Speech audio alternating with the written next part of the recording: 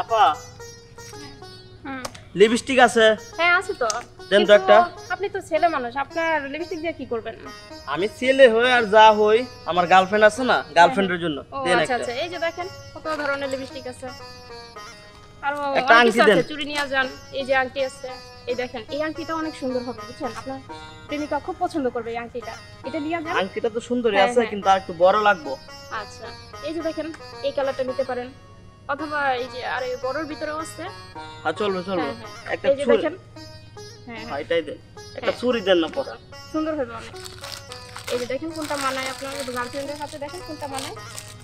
দেখতে অবশ্য সুন্দর আপা, কিন্তু লাল কালার হইলে ভালো হইতো। লাল কালার দেন আপা। আপা এটা রাখি, একটা লাল কালার দেন। হ্যাঁ ভাই আছে তো, এই দেখেন এই কালার অনেক সুন্দর হবে। এই যে এটাও ভালো মানাবে, যে ছোট এটা বড়। এখন লাল কালার 2 সেট আর লিপস্টিক একটা, তাহলে কয় টাকা আপা? দাম হলো 120 টাকা। কি কোন? হ্যাঁ এটার দাম 20 টাকা, এটার দাম 20 টাকা, 40 টাকা, এটার দাম 10 টাকা, 50 টাকা। জিনিসটা কতটা সুন্দর, ঠিক আছে? এটা আপনার গার্লফ্রেন্ডের হাতে অনেক সুন্দর লাগবে, ঠিক তা আছে? তো বুঝলাম, কিন্তু এত দাম দাম নিতে না পারবো না, না। আমরা যেরকম দাম দিয়ে কিনি আমরা সেই দামেই বেচি, ঠিক আছে? একটু লাভ ধরে, ঠিক আছে? আমার কাছে মনে হয় যে আপনি নতুন, ঠিক আছে? মহিলা মানুষ তো, তার জন্য কিছু বললাম না আপা। এত দাম যদি মাল বেচেন তাহলে আপনি মাল নিয়ে বসে থাকতে পারবেন, বেচতে পারবেন না, ঠিক আছে আরে আপা? না ভাই, দেখেন নিয়ে যান পারলে। তারা ভালো জিনিসের মূল্যায়নই বুঝে না, আমি আর কি করবো, না নিলে নাই, আমি বুঝাই রাখি।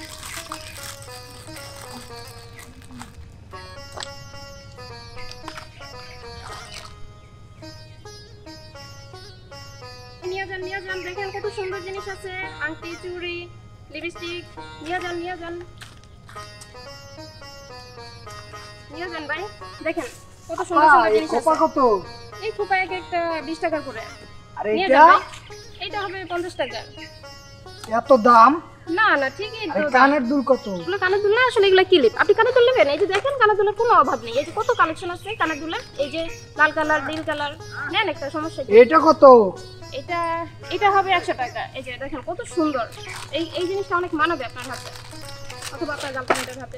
আরে ভাই আরে ভাই, ইস সকাল থেকে এই পর্যন্ত একটা বেচা কিনাও করতে পারলাম না, আর আমার এতগুলো দামের জিনিস চুরি হয়ে গেল। এখন কি করবো আমি? ভালো লাগে না আসলে, কি করি? চালাতে পারি না। কি হইছে? হ্যাঁ আরে আমার জিনিস চুরি হয়ে গেছে, প্রায় 500 টাকা দামের জিনিস।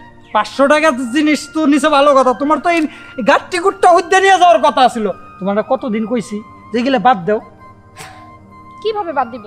এটা আমার কাজ, এটা আমার করতেই হবে, কারণ আমার পেট চালাতে হবে। আমার না পেট চললে আমি কিভাবে বাঁচবো? আমার পরিবার কিভাবে চলবে বলো?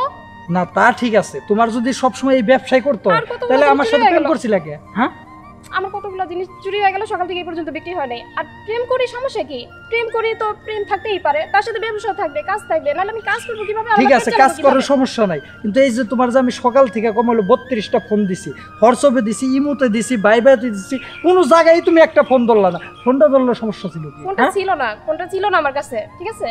আহা কি করবো, আমি আমার মোবাইল রেখে আসছি, আর আমি আমার কাজের চিন্তায় ছিলাম। আর দেখো আমি কিভাবে সাইজে আসছি, তোমার সাথে দেখা করতে চাইছিলাম, কিন্তু ভাবছিলাম কাজ শেষ করে তারপর দেখা করতে যাব, কিন্তু আমার কাজই তো শেষ হইলো না। আমার কাজ শেষ হওয়ার আগে তুমি এসে ডিস্টার্ব করতেছো, আর তার আগে আমার চুরি হয়ে গেল কত টাকার জিনিস।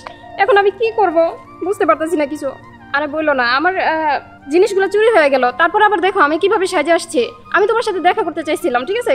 ভাবছিলাম যে ব্যবসা বাণিজ্যের কাজ শেষ করে তারপর যাব দেখা করতে, কিন্তু সেটা আর হইলো না। আর তার আগে জিনিসও চুরি হয়ে গেল, এখন আমার মুডটাই নষ্ট হয়ে গেল, খুব খারাপ লাগতেছে, আমার কিছুই ভালো লাগতেছে না। আজকের থেকে চুরি জানি না হয় এই ব্যবস্থা আমি করতেছি, বুঝছাও?